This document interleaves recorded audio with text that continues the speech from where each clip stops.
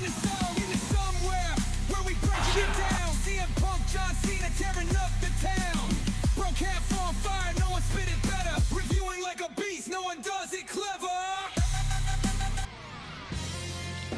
What's going on, ladies and gents? Jake, aka Countdown Ended, coming to you once again.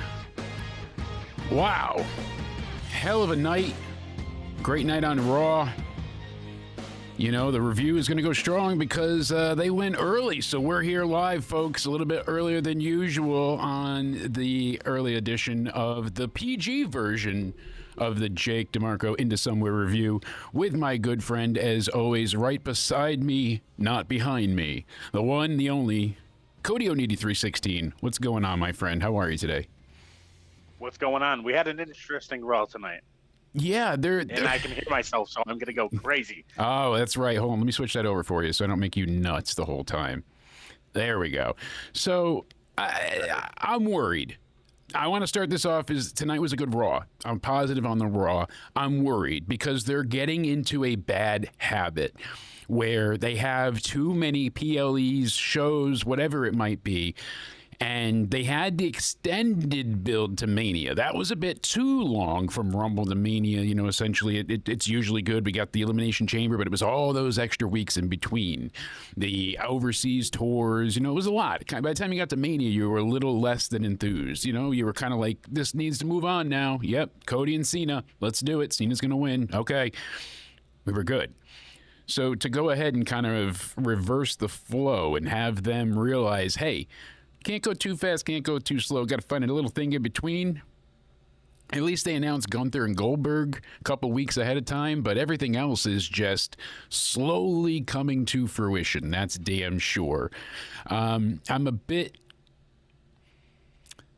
worried. That's really what it comes down to. It's not a negative. I'm worried because we see now Evolution is coming up, and we got 4 matches now, 3 booked tonight for next Saturday.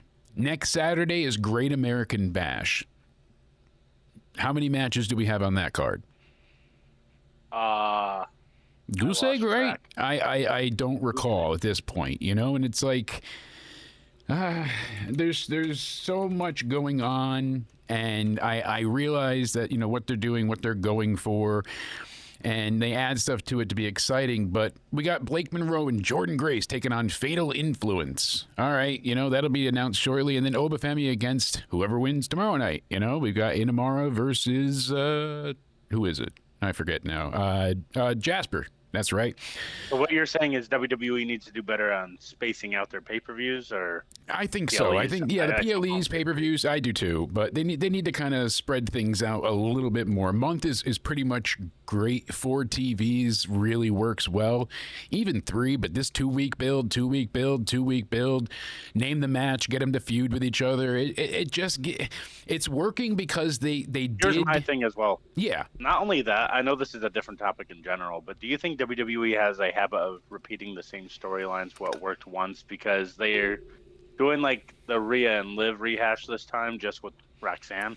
Yeah. If you notice, it just seems like they're copying and pasting the story. They did this but bloodline roll. Be a little Yeah. tweaks. Where, think about how many bloodline iterations we've had. How many times have we seen a Judgment Day as, you know? Every main event now seems like a bloodline rules match at these pay-per-views, so I don't know. Yeah, they all have that WrestleMania 40 chaos feel to them. Anything can happen. Who's going to run in next? You know, and it's fun, no doubt. It made Night of Champions exciting.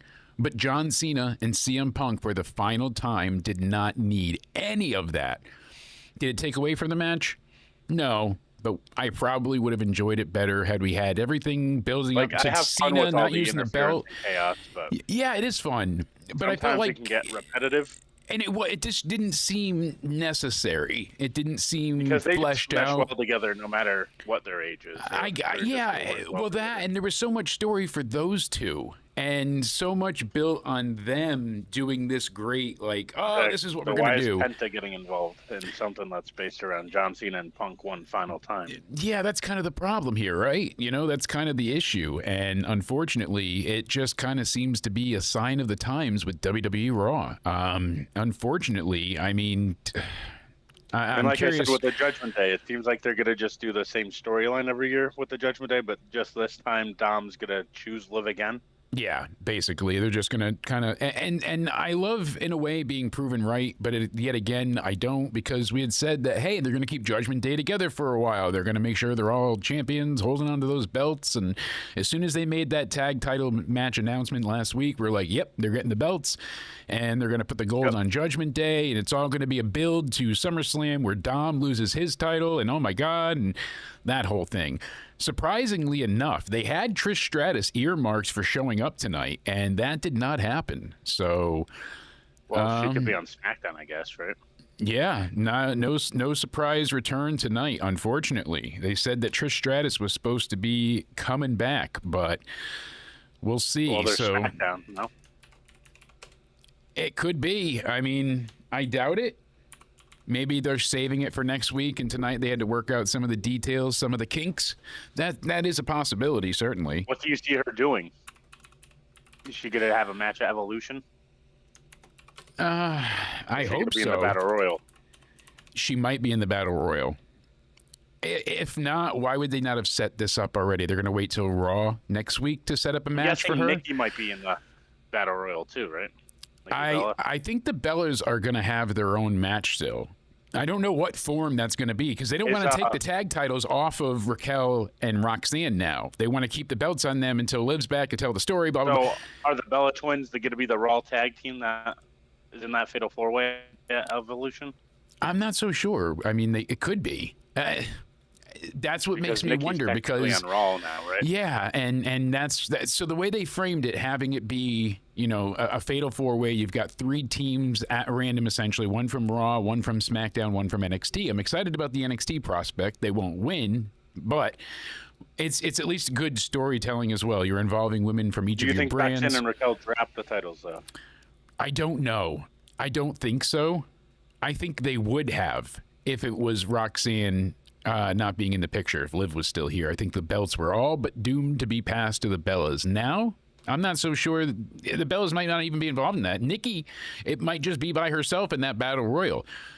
There's a lot that changed. They basically said they tore up the Evolution script and started over. So, yeah, because Nikki Bella hasn't been heard from ever since Liv got injured, and I know she was supposed to interfere in the Kyrie and Liv match, right? She was there. They were ready for it, and then they at least if Liv got to like pull it off, like, oh, I got injured in the match, something broke, but I could wrestle up to a certain point, or my bell got wrong, or it was the very opening bell moments that this stuff happened, and it was unfortunate for her that she went ahead and had the injury occur that way, because the girl was on fire. She was everyone's favorite for so long. She was doing well, and she was absolutely killing it. So I know a lot of people called her the MVP. Me and you both said she was the MVP of the women's division, and she Liv was is greatly missed. Showed.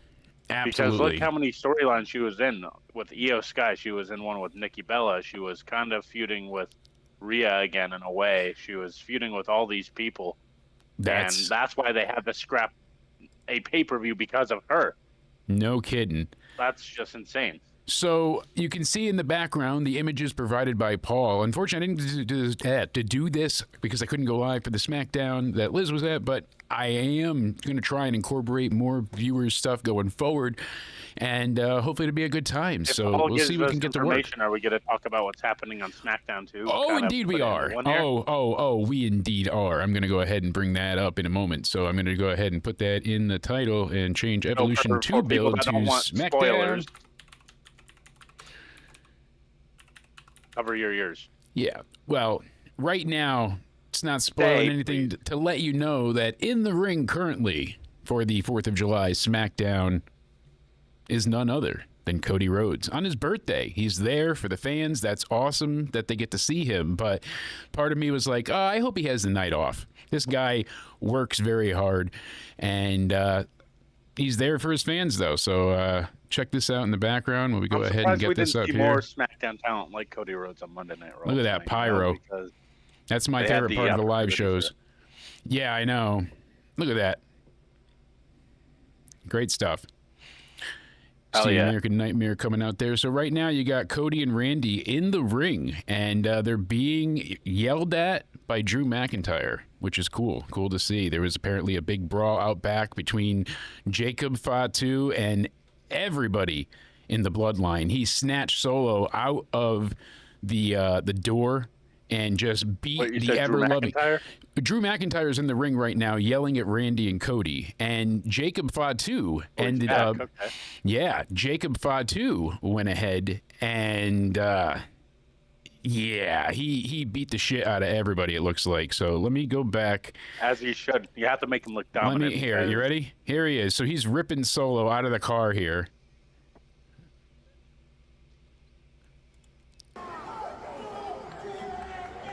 Oh my God, right into it. Oh, baby.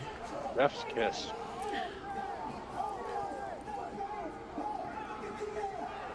Look at him rip him right out of the car.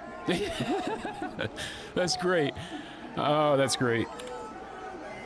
Oh, so a lot of You gotta love Jacob Fatu. gotta love Paul for sending us live updates from SmackDown. Yeah, So shout out to Paul. Thank you for showing all this to us, because now we can turn it into a Raw and SmackDown review at the same time. So we appreciate you. I look different and several 100 pounds lighter too, you know? So thank you, Kevin, for being in the chat. I appreciate it. Thank you to all of you hitting the like button in the YouTube chat as well.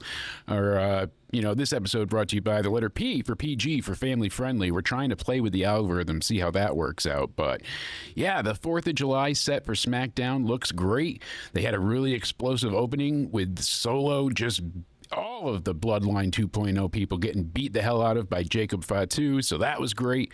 Seems like SmackDown Friday is going to be a hell of a show to watch. But yeah, having Drew back is really cool, and I'm excited to see what else happens. So I told everybody we're going to have some spoilers. It's going to be happening, but you know, Knife You Buckeye, it's unfortunately it's got to be spoiled. So they tape it, we roll with it. We got the man on the inside there live. How could we not just go ahead and play you what's happening? You know, it's got to be what's happening. So let's go one more time quickly before we get into the full Raw review here. Let's get back into Paul's footage, see what's going on here. Randy, Cody in the ring. They were talking to Drew McIntyre. He's back on the outside, and you just see him stalking evil Randy Orton, waiting to strike. He's an angry, angry man. I was waiting to see if he RKO'd him, but not yet. So they're just still talking to each other in the ring at this point. Cody with his crown. Very cool. Oh, Drew's in the ring. He went in the ring. I like the ring to it. It has a ring to it. King Cody. Yeah. Oh, there we go. RKO out of nowhere. That's going to pop the crowd. Hold on. We got to get the noise there. That's into somewhere. A tasty RKO. Love it. Love it. Glad they're having fun. Thank you guys for hanging out in the chat with us. We're spoiling SmackDown. We're streaming live. It's into somewhere. Cody, who kicked off this night? What'd you think of Rhea Ripley coming out and calling out being called out by the women's world champion Io Sky? Are you excited for this match? I like the match. I think it's going to be a great match, but I would have honestly done this in reverse, because I think Rhea should be demanding a challenge against Io, not Io going to Rhea Ripley saying, I want a match against you for my championship, you know? Yeah. I think it would have made more sense for Rhea to challenge Io.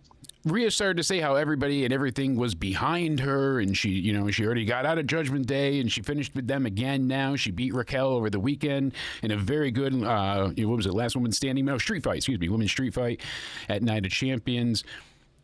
I was genuinely, I'm excited for the match. I know it'll be good, but it's face versus face, so it's still, you don't quite know who to cheer for. I'm enjoying the hell out of Io. It's just frustrating me a little bit that we keep doing the same spin cycle with Rhea Ripley. Yeah. Judgment Day Io, Judgment Day Io, Judgment Day Io. And you just keep, they threw Bianca in there too. Don't be racist. Oh, yeah, you can't forget Bianca. Okay. All right? Hey. We can't make these accusations. I know, here. not on the PG-friendly show. Family show. You can't even do a desk pop. Keep it PG. Look, we love Bianca. Doesn't work. Doesn't work. They neutered my desk well, pop. I was not including Bianca because her and Bianca are besties, you know. So I know, but the point is though, is that it's the same thing continually. They've only had a few stories, if you really look at it from afar with WWE. Several things that have worked, and they've kind of repeated as time has gone on. You're not wrong, but if the formula works, why change it is kind of the attitude. I mean, they keep going around touting record-breaking, ticket sales and gates and merchandise. I mean, T-shirts now, so expensive, and they are not cheap at all. They are $40 minimum now. If you want a larger size at all, you're looking at $50. And absolutely insane. Yeah, it's nuts. So you know, folks, we might be spoiling a little bit of a SmackDown every now and again if you're joining us a little bit late. I know Raw so we'll got give off you a the little air warning early. if we bring up SmackDown and what happens. We'll give everybody a little bit of a heads up. Don't worry about it. Don't worry about it. Keeping an eye on the chat in the meantime. But yeah, your TV, phone, or whatever. I agree, though. I loved Rhea opening the show. All the mommy chants. Her interview with Chris Van Vliet was really good. Everybody he interviews, he draws something out of them. Yeah, he's Van Vliet so is good. an amazing interviewer. I like his interviews all the time. I don't he's want one of the best at it, if absolutely. not the best. I don't want to sit there and glaze him too long, but I will say this: he's a handsome man. But the more you stare at him, he's a very handsome man. But the more you stare at him, the more his eyes come closer together. You always got to find that one imperfection. What's going on, Trek and Liz? Trek and I were chatting earlier because we had a bunch of different ideas as to what would happen. We weren't sure with the Saturday night's main event show coming up. Are we going to get Punk and LA Knight against the Brawns and then Seth cashes in on Gunther? Or is it Punk and Knight taking on Seth? And right? Bronson or Braun. The Brawns, as Punk called them so justifiably. But we've got the reemergence of El Grande. We don't know who that is yet. Could be Kurt Angle. I've heard a few tips and rumors that it might be Kurt Angle reprising his former glory. But absolutely glad to see you guys in the chat. Thank you for hanging out. A lot of good stuff at Raw, though. I'm happy that we got a good match. They told, EO, get out there, and you're just going to say that General Manager Adam Pearce told you to pick a challenger. Sure. All right. Go for it. Who do you want to fight? I want to fight the 7-year-old in the third row. You said anybody, right? No? Ah, shit.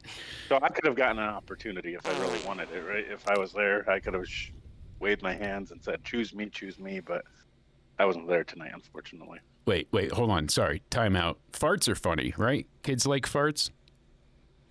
I think Why do you bring up farts? I think we can get away with it. Just curious. All right. Just checking. Want to make sure we stick under the guidelines.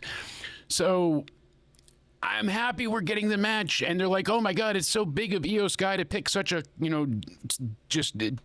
can't swear, incredible challenger. And as incredible as it was, I was hoping for a little bit more of a build. Some other reason than I just want to face you. Because we've already done this a few months ago. It makes Rhea look bigger than the championship, though, saying, I want to face you, Rhea, for the championship. Even though I realize Rhea is their biggest star. Haven't beaten me. You nailed it. That's the that's problem with with it. That's why I'm saying Rhea should have wanting to go after Io. Yeah. And I love that you can't hear the soundboard. We go ahead and just. Sorry about that. No, you're not. You're not. I'm interrupting you, but we go ahead and we just end up with, again, the star Rhea. But it doesn't. What they're doing with Punk right now, Punk's a big deal. He comes out, he gets a great ovation. Like, people want to see him, but he's not. Rhea is it for the women's division right now. She's the biggest star they have on both brands. She's bigger than Tiffany Stratton. She's bigger than, well, not bigger than Nia Jax, but you get the point. She's bigger than every star out there. Whoa! By a century mile. Country mile. Oh, yeah, I guess so. But can't say who it. do you think realistically? Oh, okay, fine. All right. But Io taking on Rhea, she wants a challenger, fine. Could have given someone else a chance at the title. I get it's a big match for Evolution. They need big matches. But this could have gone 100 different ways. For WWE Speed tonight, the match was Thea Hale out there against Alba Fire. And you think about, all right, they got the future. Their eyes are on the future. They're making moves. I see that. But why couldn't this have been Stephanie Vaquer that she picked? I've heard all the buzz about you, Stephanie. I know you challenged every woman in the women's division. I want to face you. That's Evolution. I want to see that match. I've seen Rhea and Io. They had the best triple threat in Mania history, possibly. Not just like asterisk women's, like ever, maybe. And we don't need to have a second-rate version of it done over again. We saw this feud. Exactly. It played out for weeks and months. And then Rhea just randomly lost her title and everything. We've done it. It feels just very dated right now. And that's a bit concerning. With everything. That's what I'm saying. Like the Bloodline Rules match, they just do the same thing. Yeah. Rhea Judgment Day. Judgment Day versus the World, and Judgment Day turning on partners and kicking them out and all that. It's just the same. Like, what's Triple H doing? He's just rehashing all his storylines. You said Triple H. You said the word of the day. Oh, Triple H. Sorry. But that is the word of the day. Sorry. Oh, it's the word of the day. Okay. I didn't know. We can take our snack and juice break in like another 20. Sorry. I know. It was a little loud. But you did say the word of the day. Yes, Drew is back on SmackDown. And as we showed earlier, Jacob Fought 2 destroyed every bit of the bloodline that is the B 2.0 going on over there with the new U.S. champ Solo Sikoa. Raw got off to a hard start with Rhea. Like I said, it's not a bad match. It's not a bad decision. It's going to be good. I just feel like there's so many things right now that are good, but could be better. Right. Could be just a little bit better. Indeed, it is agree. the Kool-Aid Jammer. Gotta have my juice. But yeah. It feels a little less than, because I know there's so many talents that we don't get to see on TV each week. Stephanie was there tonight. She cut a promo from the crowd. We got to see a nice little back video for that. I'll show it again, Dovix. It's a little bit earlier in the review, but don't you worry. Yeah, Jacob went ahead and cleared house. He wrecked everybody. Just totally wrecked shop. He was all about destroying the bloodline. And it's pretty exciting. I'm excited for it. So now we've got Alexa Bliss out there. Interesting. We'll see who she's facing. It's Secret Hervis versus B-Fab and Meechin. The crowd is dead. All right. And then Charlotte and Alexa Bliss are tag partners. So that's where that story's going. That's something I want to ask you. Who's going to be the SmackDown tag team? Is it going to be that was my guess, or is it going to be Alexa and Charlotte? I was guessing Alexa and Charlotte because they've been building on that one for God knows how long now. I think that would make more sense for Revolution as well, because they're the bigger names out of the two. No offense to B-Fab and Meechin, but Alexa Bliss and Charlotte Flair, name value-wise, are bigger names, and that's probably what they would want for a show like Evolution. Yeah, no doubt about it. So I think they want to stack the deck and also, in their favor, use as many big stars as they have available. So exactly, that's why they're doing Rhea. That's why they wanted Liv Morgan to be a big role in the show. Yeah, exactly. Let's go ahead. It's so fucking devastating that Liv got hurt. You just see him. Oh, everybody's getting beat up. Jacob is not having it. He is unhappy. All gas, no brakes, huh? Ripping Solo out of the car. You love to see it. Love to see it. What a preview. We've got a man on the inside, indeed. We're seeing it live right now. Paul was airing it before, so thank you to Paul 3, friend of the show. Rest in peace to the Music Maniacs. That was really upsetting. I made it to one podcast, and show's over. Dun, dun, dun. Show died? It died. Yeah, last Thursday. No, Thursday before. I was on their music podcast, and now... What happened to the show? What did you do? I showed up. That's what I did. I cursed it. Then I jinxed us. But yeah, Jacob looked like a beast there. And blamed me for everything, didn't you? No. I know you did. No. Yes. No. You said No, I was no. the people running the podcast, and then I. Well, okay, all right. The lawyer, when the lawyer serves, you act surprised. Okay, that's all I got to say. I got the same guy H3 got. It's good. So the New Day come out, and they've only defended these titles twice, bud. Twice. I can't. I need to. And after that point, I was like, guess what, boys? New Day, you're losing those titles. And Big E even put out a very appropriate tweet. So the New Day come out. They're there. Kofi and Xavier against the Judgment Days, Finn Balor and JD McDonough. I do like me some JD McDonough. He went ahead and JD at one point was hanging over the ropes, and they did a great double stomp from the top turnbuckle and came all the way straight down onto JD's back. And just Xavier hits it perfect, does the double stomp, can heal off of it. But JD uses the momentum of his feet to springboard himself off the ropes and fly backwards. It's such a simple, in theory, maneuver to take because it's not going to hurt you much because you're using down momentum on the ropes that bend. You springboard backwards, but still, you got to know how to go backwards, land properly, and take it. Exactly. I would have been dead. I can't even put on a fucking pair of shoes. You said what? Can't even put on a pair of shoes without going ahead and you would have breaking been my alive. foot. You meant Exactly. I would have been just totally alive. Yeah. And we go ahead and we resurrect ourselves. That's all you got to do. But the New Day, they couldn't do it. They couldn't find the power. I'm gonna make you apologize now. Oh, I'm sorry. I messed it up already. I'm trying, sir. I'm trying. What did you do? What did you do? You've read the guidelines before. I know. On the air. I know. I did. And I was the Even one though I telling you the accidentally words swore when I was that we talking can't about say. this. I was telling you the words we can't say.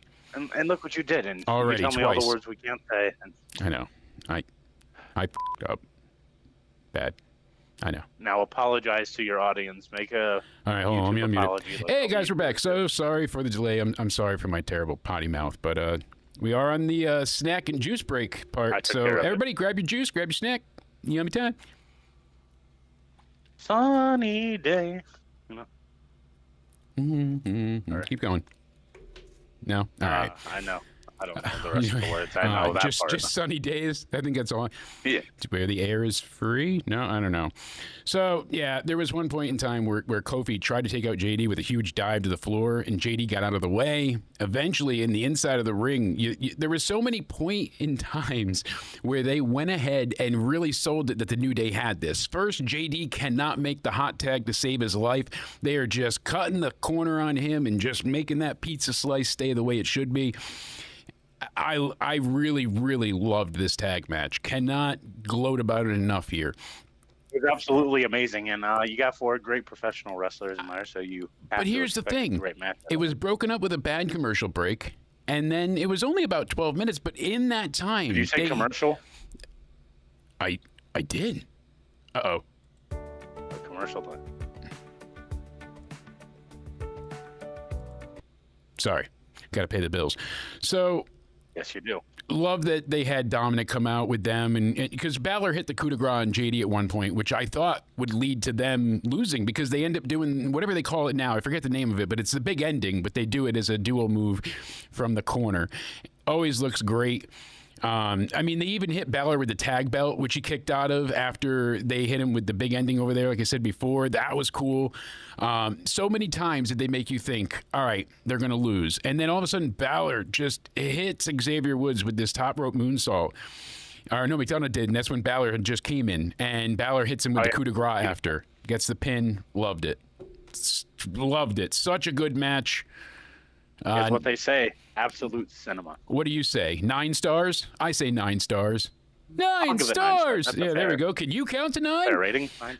I can't count to 9, but you know. I could only count to 4. This is an So honest class. 1. What comes after 1? 7, I think. All right. Glad we're both on that same book. I like this match. It was a hot match. It was enticing. It was fun. Paul's still there watching SmackDown right now. He's giving us some great shots of Alexa in the ring talking over with her new tag partner, Charlotte Flair. So interesting to see her and Charlotte being a team together. We'll see what comes of it from there. But we got them in the ring now. Dun, dun, dun.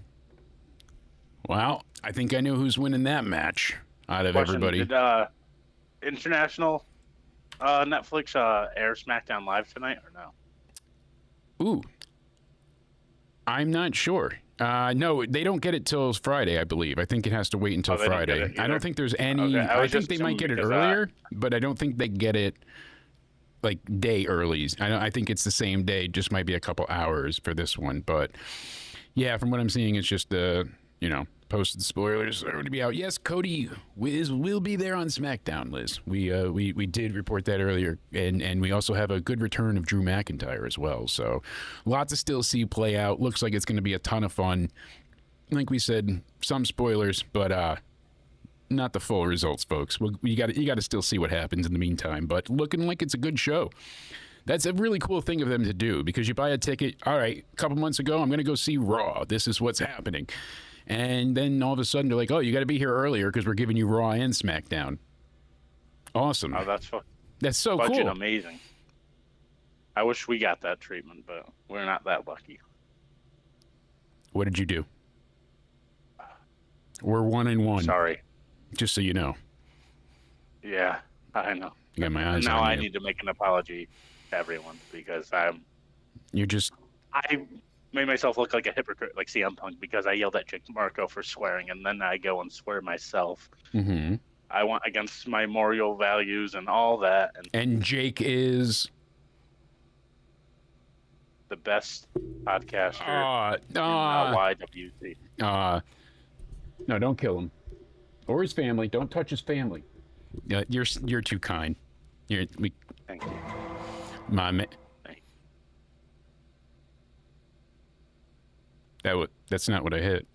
All right, so Watch it with the banana, though. I'm no bananas tonight. Banana Army is not strong. So between SmackDown's women's multi-tag match to go ahead and determine who is the number one tag team on SmackDown, going for those tag team titles at Evolution, Secret Harvest, B-Fab and Meechin, and Alexa and Charlotte. So it seems like it should be Alexa and Charlotte, but you never know for sure. Thank you to everybody hanging in the chat. If you guys can, as always, hit the like button. Make sure you're subscribed. You hit notifications, all that stuff, because it helps out a great deal. Check out everybody that's friends of the show. In the description box down below, you can find Liz, Baz, Cody, everybody's information, everybody's links, all their stuff if you want some more. Yeah. We got a great opening match, and then we get a long backstage segment with Bayley being interviewed, and she said she's still focused on Becky, and she'd be the champion had it not been for Lyra. And Lyra comes over, and she's like, "That's not true. You're lying. This is my personal problem with Becky, not yours. Yes, it's been you for 10 years, but it's me now." And they just start going at it like cats and dogs, or cats and cats. Whatever you like to call them. Yeah, hey, we don't judge here. It's still Pride Month for a few more hours. Hell yeah. Yeah, we still got the Banana Club rainbow. That's right, we're mirrored up there because we're Pride Happy family. Pride Month to all for the last few hours. Yeah, just for a little bit, So then we go red, white, and blue. Adam Pearce did make me chuckle. He did. We went ahead and we got the red, white, and blue already ready, but the white doesn't show up here. So it's just red, blue, and black. I gotcha. Sorry. Isn't that more inclusive? Really? We got rid of the white? I think we're being very progressive on this show. Red, blue, and black. That's the new flag. So, fair enough. Fair enough. Close enough. Get you monetized. Soon enough. So Adam Pearce gets between both of them and, ladies, enough, screaming and freaking out. And he's like, all right, you two, you're going to solve this in the ring, classic style. Whoever wins, you're going to go for the Intercontinental Championship match against Becky. But they didn't say when. How could this not be the triple threat at Evolution we predicted weeks ago? Has to be the triple threat. This was going to be the triple threat match. I don't know if they're going to announce it. I thought when they... Yeah, so I don't mind how they got to the end of this. Before we get there, so I don't forget, they had a Goldberg hype package, which was Goldberg-licious. That was fantastic. Goldberg, fantastic. And it just hyped Goldberg up like they should have done weeks ago. I don't know why they didn't do this last week instead of a silly sit-down interview where they made him seem more old and tired, like he should have retired a long time ago, the man yelling at clouds. Instead, this hype package is what we needed to begin with. And then they say he was actually going to be on the physical show each week. I thought it wouldn't. I don't know. It was so confusing at times of what they plan with things. So And yes, that is true. I know some people mentioned it in the chat earlier. And SmackDown going back to 2 hours. So originally they said it was just for the 4th of July, but I guess they are now moving to 2 hours going forward. So it is a 4th of July miracle on June 30th. Christmas in July. That's right. Then we had Chad Gable with his arm in his sling, all butchered up. I feel you, bud. And he goes ahead and he's talking to the Creed brothers and Ivy that you guys, you got to hold down the fort for a little while. You know, Dad's leaving. Hey, we have some positive news, though. El Grande Americano made an whatever spectacular, miraculous. Yeah. Yeah, that word. I don't know. One of them. One of those words, you know. But I don't know Cody, English, but Chad gonna do the same thing. He worked so hard. I'm gonna cry. He had 2 matches the same day. He was in the Money in the Bank, and he had a great match at Worlds Collide. He is just. Was he in Money in the Bank? Yeah. I didn't recall. That's right. His friend was, but still, yes. Yeah. I'm sorry. So, Ludwig Kaiser was watching in the background. Wait, what did you do? Who was walking in the background now? Ludwig Kaiser. Are you accusing him now of being El Grande Americano? I'm not so sure, but he was in the background for this will be the 3rd week in a row. Oh, he was in the background by himself, not as anything, right? No, not as anything. So he's been in the back of. So I'm accusing him. Each one of these is Ludwig Kaiser, and he wants to make sure that you see him. So a couple weeks ago, we made it like a very quick. Oh my God, look, it's Ludwig. So I wonder if they knew Chad was already injured and was waiting to get surgery or something like, oh, we're going to keep the El Grande thing going. And so that's when eventually he's talking to his group and Adam Pearce walks over and he's like, you know, you'll be fine. Best of luck. And Gable's like, I don't need luck. I'm an Olympian. I make my own luck. And this is the character work that I like seeing from him too. So Pierce goes ahead and he's like, this is the end of El Grande for a while. And he's like, El Grande is the world's greatest luchador. He keeps a busy schedule, but you never know. So I like the way they did this because for what it sets up later, it's funny. I'm enjoying it. I want to see where it goes. It's going to be the SummerSlam, you know, Leslie Nielsen, Naked Gun, and they're having a Naked Gun remake come out soon with Cody in it. Could you imagine if they do the Leslie Nielsen part with the new, what's the guy from Taken? Liam Neeson? No. Am I messing people up? I don't know, whatever. That's Leslie Nielsen. You know what? And then Liam, because Liam, yeah, I know, but they figured out how to get home. It wasn't a big deal. It was like a 100-mile walk. Okay, fair enough. If it was 101 miles, then it would have been a different story. I asked point blank, if you woke up covered in KY jelly, would you tell anybody? They said no. I took initiative. Okay. Sorry. At least you asked. Liam Neeson, that's who it was. Now, well, Leslie Nielsen was. Now it's Liam Neeson. See? Liam Neeson, okay. Yeah, you know, you have my daughter. I know a particular set of skills. I can make you. Can't say it. So we go back to Rusev making his ever-long entrance because during the entire commercial break, Paul's live, and I'm checking it out, and Rusev's theme is for 3 minutes and 33 seconds. Dun, dun, dun, dun, dun, dun, dun, dun. Just playing as he walks around the ring. He starts punching turnbuckle pads. Like R-U-S-E-V Rusev. I think I'm glad we didn't get that version, but so you know, I like the original entrance theme he had, the old Bulgarian brute one. Kind of feels like it. There's oh yeah, I don't know. Her new heel theme is all right, but Zelina Vega. Then. Yeah, her name has to be yelled out. And let's go back and check in with Paul for some more SmackDown spoilers, folks. Let me go ahead and wait, I hit the wrong button. Hold on. Let's go ahead and cue this up right. Let's do it the right way. I know I am. I'm just like I've never done that before. Didn't I train you better? You should have, right? That's the problem. I kept telling you there was no training. Like, it just You kept saying some guy was going to show up and train me, but never happened. Gotcha. So kinda yeah, like look how at this. AEW produces their Wyatt television, 6 no, rehearsals out there or- right now, coming out. You see the Fireflies in full effect. Very, very cool. So they're on their way out in SmackDown right now. They're in the ring. Oh, what are they doing in the ring? Are they going to fight somebody? It looks like there's some other people in the ring besides just the Wyatts. So I saw some colorful gear. Oh, yeah. We got some action going on. Look at it. Who's in the ring with them? I can't really see. I got to go ahead and I will ask our on-field correspondent. Oh, love it. But That yeah, looks like said Wyatt's versus who? Yeah, it's cool, though. Getting a lot of good stuff there so far with this 4th of July SmackDown. Thank you, as always, for keeping it in real.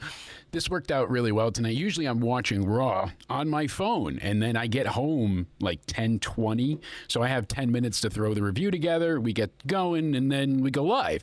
So a lot of times I can't add other stuff or stuff people send me. It is at Motor City Machine Guns. I thought so. It looked like it, but I didn't want to say wrong. Yeah. Yes, Motor City Machine Guns. I thought so. I thought it was either, it looked like Shelley, but wasn't positive. Like to be sure before I give the full wrong could have been me information. for all you know. That's why you have to ask. That's not a lie. So, so it was Wyatt's versus Berto, Shelley, and Gargano. So it wasn't Motor City Machine Guns. It was a member of every other tag team taking on the men of the Wyatts. So that's interesting. I wonder who wins there.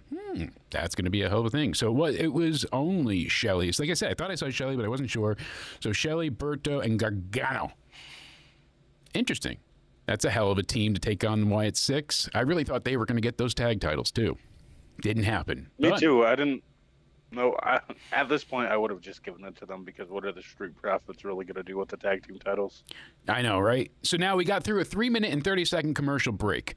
Rusev's theme still playing. Commercial? Dun, dun, dun, dun, dun, dun, dun, dun. Uh-oh. You said commercial. Uh-oh. So we go ahead and we get Pierce and out this backstage. So the poor group in front are actually watching the show right now. Just they're listening to Rusev. I guess they forgot to pipe in some of the backstage audio at times, so they didn't know what was going on. So I was informing him that Adam Pearce was talking with Nick Aldis, and that's when Finn and JD walk up, and they're congratulating them on the wins and all that stuff. And Balor's like, "Hey, guys that do stuff." See, I didn't swear. Come here. We got to talk to you. How you doing? Huh? I got a girl named Johnny Tightlip's girlfriend, and she's primo box. Can you make her the tag champ? Hook me up. Trying to get some road bees. And what happened? It worked out. We knew this weeks ago that Roxanne was going to take that title. That was the best answer. Do you really want to see someone else get stripped of these women tag titles? If Liv and Raquel had to officially relinquish the tag team championships, then just throw the tag team titles in the trash. Because what other tag teams are going to fight for those titles? B-Fab and Michin? Oh, it was Angel Garza as well. So, sorry, I'm interrupting you really quick. Berto, Shelley, Gargano, and Garza against all 4 men of Wyatt 6. Ooh, so interesting. It was a 8-man tag. So, thank you to Paul for letting us know. The Garza guys were together, but Gargano and Shelley were also teaming with them? Yeah, they had. I thought it was one from each So team, the but I Wyatt guess heels not. now? Tweeners? What are they? Because their original run, they were baby faces, right, going after people that betray family. Now they're seeming like it's very misguided. Yeah, they're going after everybody, I guess. They want all the tag division, good and bad. I don't know why the women's tag titles are still a thing, but if they could, here's the problem. You're going to hear me again, and we need to turn this into a short and then remind me 3 months from now, and don't be an idiot. It's good, kids, not to be moronic. Don't listen to that little voice in your head because it's not always right. So, got to get one out every now and again. Well said. Absolutely, sir. So the women's tag division gives me hope when they do things like this. When I hear about, oh God, they're adding, all right, one from SmackDown, one from Raw, one team from NXT. All right, really cool. What are we going to get out of this? What's going to happen? Like that excites me because I'm thinking, all right, my fan mode turns on and engages, and I'm like, oh, who's going to win that? And then they could face them, but reality sets in, and as we know in the Triple H era. Sorry, word of the day. In the Triple H era, we went ahead and we've not seen much with these women tag titles. They were almost as non-existent for a while there as the Raw tag titles that were never defended. Judgment Day can't complain about anybody not defending those things because they held those titles for like, what, 180-something days at one point, I want to say, half a year, and that they didn't defend them at all on Raw.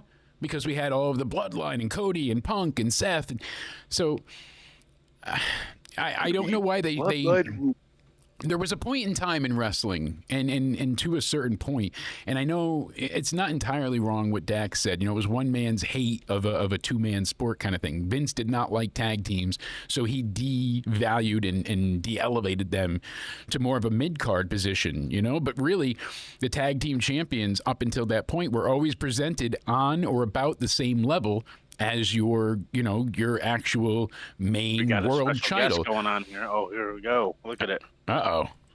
Oh, there we go. Hold on. Well, he's muted himself. Paul, you gotta unmute yourself. You're muted. There we go. I'm trying to flip this camera around. It's so loud here. I don't want to pull your ears off. You're all right. We can mess with the audio, so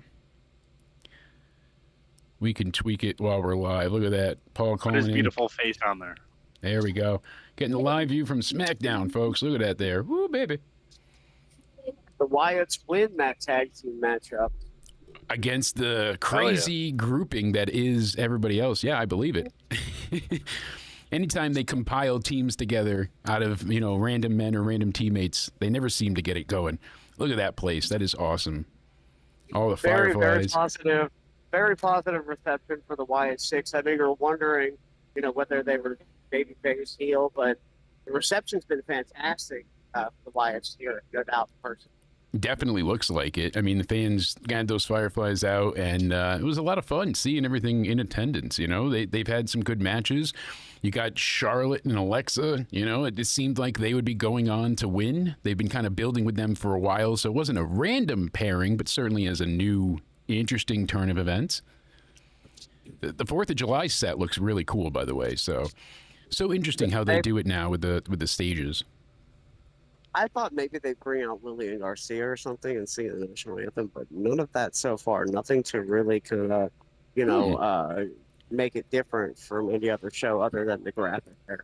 Yeah, usually when they film a second one, it was harder back in the day when they had just that same set. But got another big entrance going on now.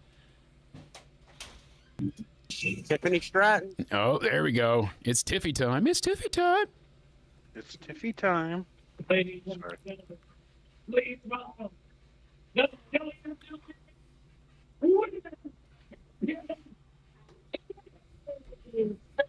Tell him, let him copyright this. I mean, people are going crazy for her right now. Yeah, exactly. Well, that's what we were saying. Raw was good. A lot of the backstage stuff was exciting too. So they developed and got a lot edited through. But come on, can we talk about that? I'm sorry I didn't catch the beginning of the show. That Rusev versus Sheamus match. That did not need to go that long. That was obscene. That was ridiculous. So here's the thing: if they had gotten rid of maybe the first. Even the first 2 commercial breaks worth of the match, it probably would have been amazing. But it did overstay its welcome a bit. I mean, Rusev was out there with you guys for like 6 minutes, just not being on TV, marching around.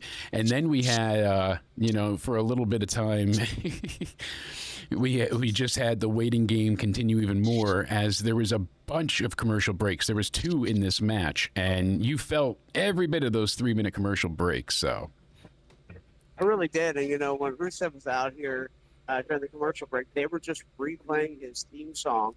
I don't know if that's CFO Money or if that's Def Rebel, but that theme song is unbearable after 2.5 minutes. I never want to hear it again. I don't blame you for never wanting to hear Rusev's theme ever again. It's that a thing generic is, theme song. the new Generic one as is they really come. bad. The intro is interesting. Yeah, Lex Luger needs a body Isn't slam it crazy someone on in 4th of WWF July. No Mercy that the generic theme songs were a lot better than what Def Rebel produces? The MIDI chip tunes that we used to get, yeah, those are more recognizable because you hear some of the themes and I'm like, even still, until you hear Tiffy Time, I don't recognize that's Tiffany Stratton's theme still.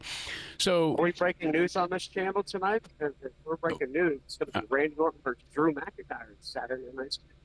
Randy Orton There we taking on go. Drew McIntyre, Saturday night's main event. Now that is a scoop among all scoops. Thank you for that, sir.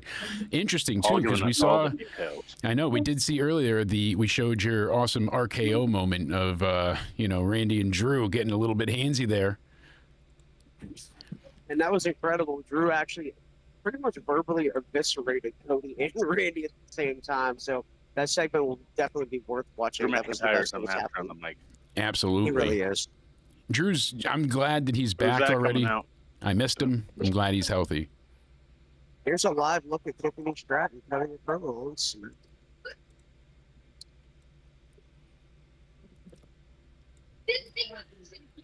Cutting her promo in the ring. And not Ben was not Get one of every fifth word from it, but Ben. But yeah, that Rusev match. So they start off and they're going against each other, and they are killing it. They're killing the time. It felt like. So not only did the end kill it in a best way, but the beginning not so good. So Sheamus and Rusev, they've never had a singles match. They've been facing each other, but besides the match a few months back, it's not been years. They really try and set this up as like a monumentous occasion. It's been advertised for weeks. We get the bell. And right as it starts, they just pretty much go into the corner and then head out to the outside of the ring. Sheamus mounts him on the ropes, and then Rusev power bombs him, and Sheamus just kind of stood on the floor, and eventually they both get out there. They throw punches, and you saw him kind of like dive off the apron into a power slam, and Rusev gets slammed down, and Sheamus is standing tall. They go to commercial break, so it felt very drawn out and long there. It looks like Jade's coming out now.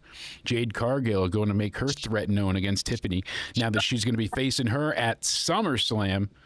Interesting turn of events. The Queen of the Ring making her way to the ring on SmackDown, folks. You're watching Friday's broadcast early live here on the Jake Countdown Ended YouTube channel. So thank you guys for hanging out. Hit the like button. Make sure you subscribe. Now we got Jade Cargill. Alicia Taylor still killing it. Or we didn't get Lillian singing, so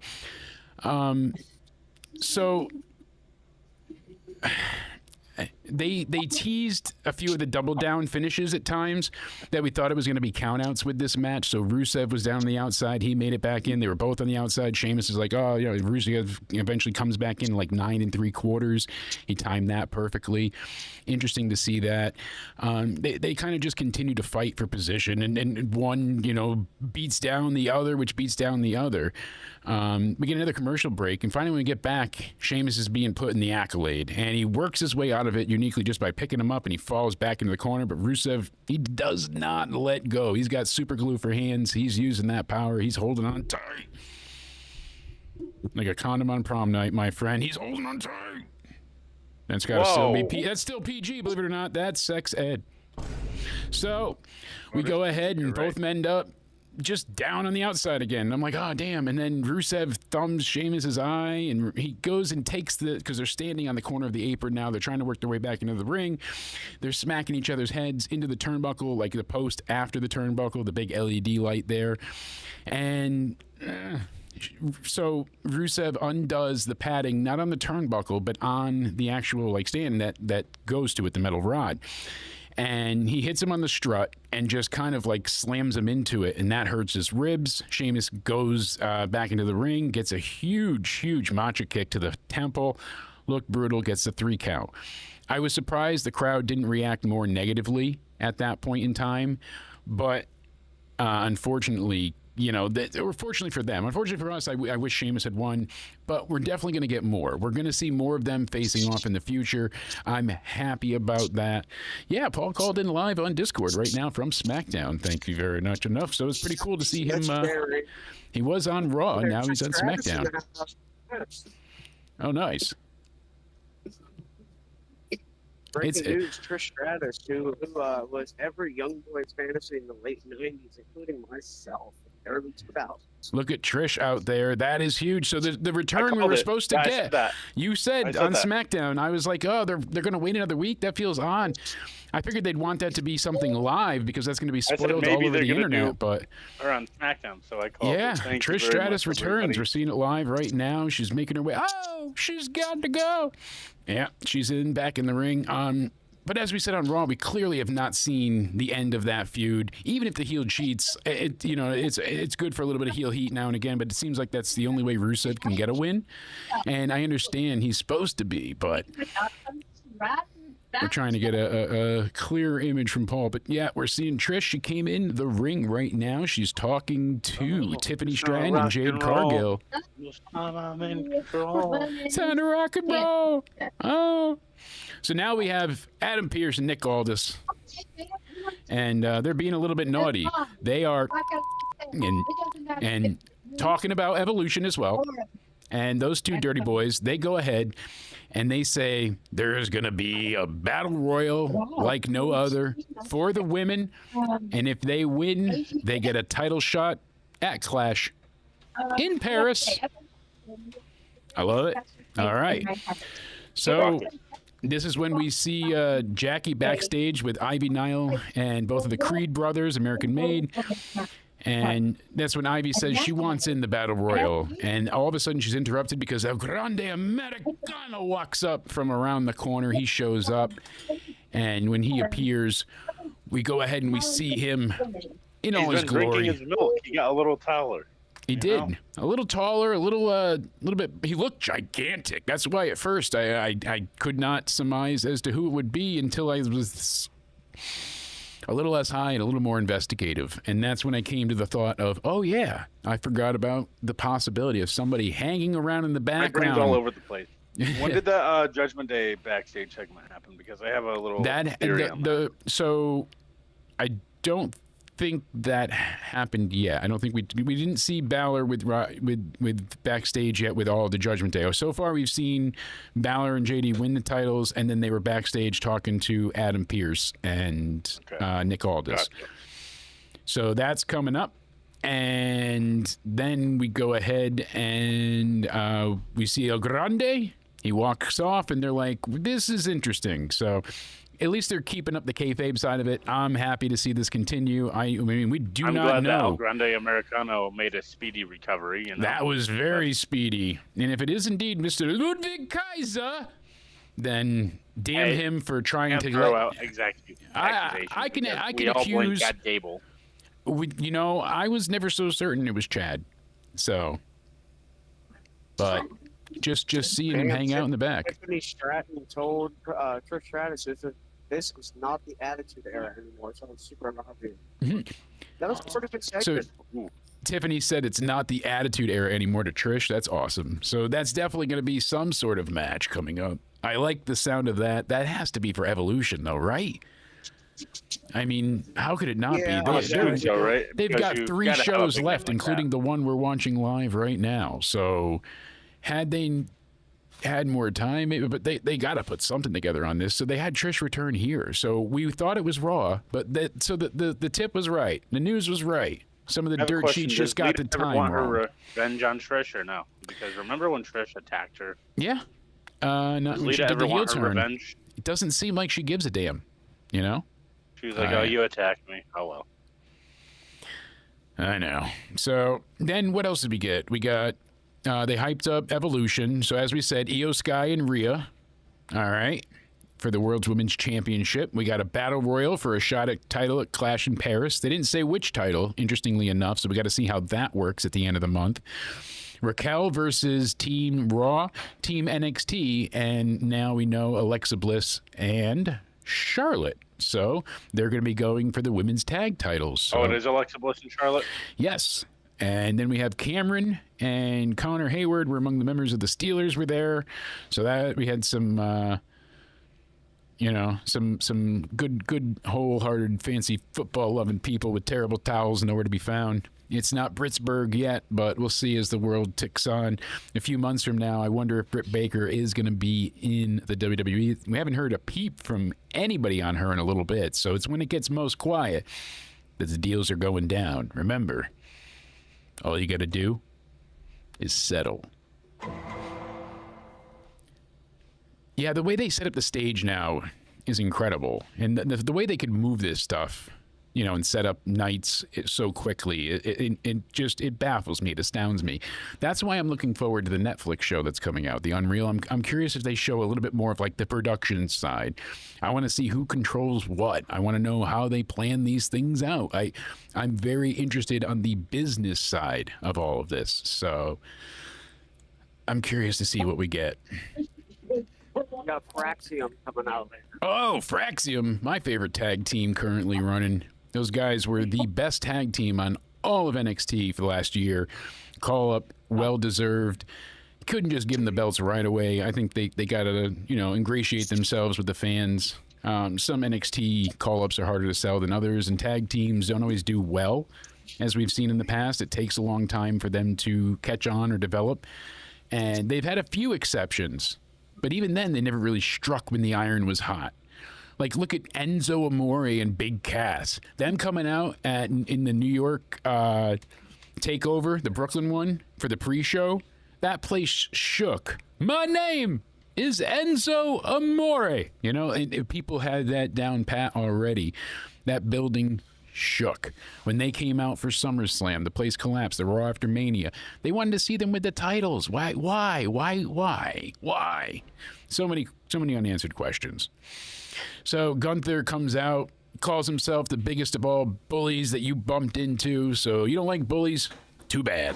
And I'm not wondering who's next. I know who's next, but then I get to ask the question, who's next after you? And that's when Seth comes out with his new for sale $200 Money in the Bank Seth Rollins engraved Money in the Bank briefcase.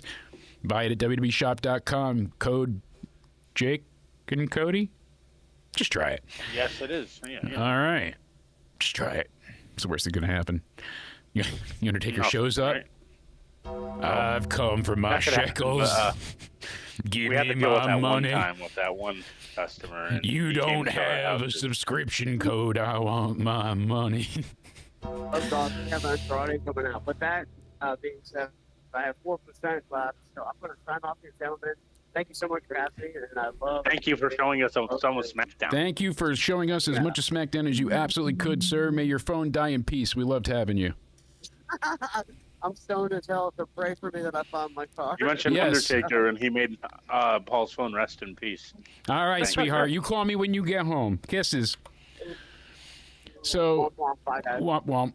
And we go ahead. Awesome having a nice little, a little bit of a spoilerific episode here. You're gonna have to. Exactly. I'm gonna end you. You're gonna have to. I still love that pull apart.